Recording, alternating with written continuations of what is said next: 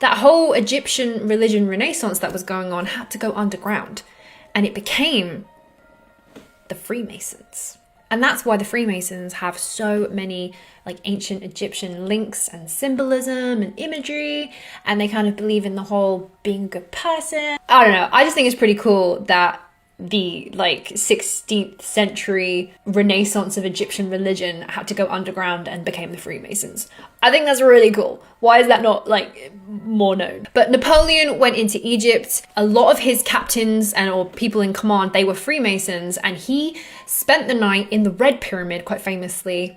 And apparently he did the initiation. He came out and he was a Freemason. He was converted, and he really believed a lot of the ethos of the Egyptian mythology. Maybe he saw something more than we know that he did, or read something that we haven't been able to read. But basically, he was converted, and he came back to Paris and was like, yo, I want to put as much of the Egyptian stuff into Paris as I can. And so he literally built, there's a structure in Paris which is on the end of the Champs-Élysées. Oh god, my French. And it aligns perfectly with the star of Sirius, and which was massively a star and a constellation that the Egyptians used to follow and align themselves to. So that's pretty cool that like Paris is literally built on like Egyptian star constellation mythology. Pretty cool. Also, the goddess Isis, yeah, remember her from before with the little baby Jesus? I mean Horus. Horus?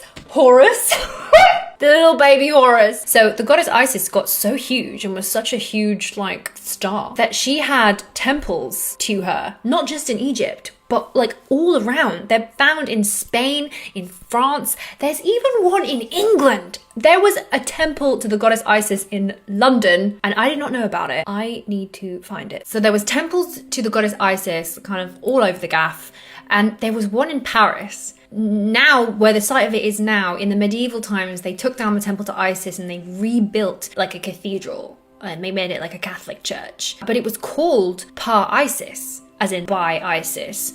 But then there's like Par Isis, you just remove one letter, Paris. Par Isis, Paris. Like the whole name of Paris could be connected to this goddess and probably where her temple was.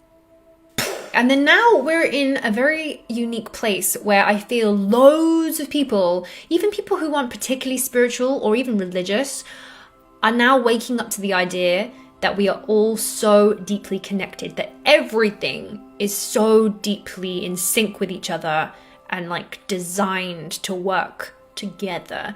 And I think a lot of people are waking up to the fact that the universe is this huge, mysterious thing, but we are so connected to it. And if we want to connect to the universe, you have to do it yourself, and it's through you, and it's kind of your own personal journey.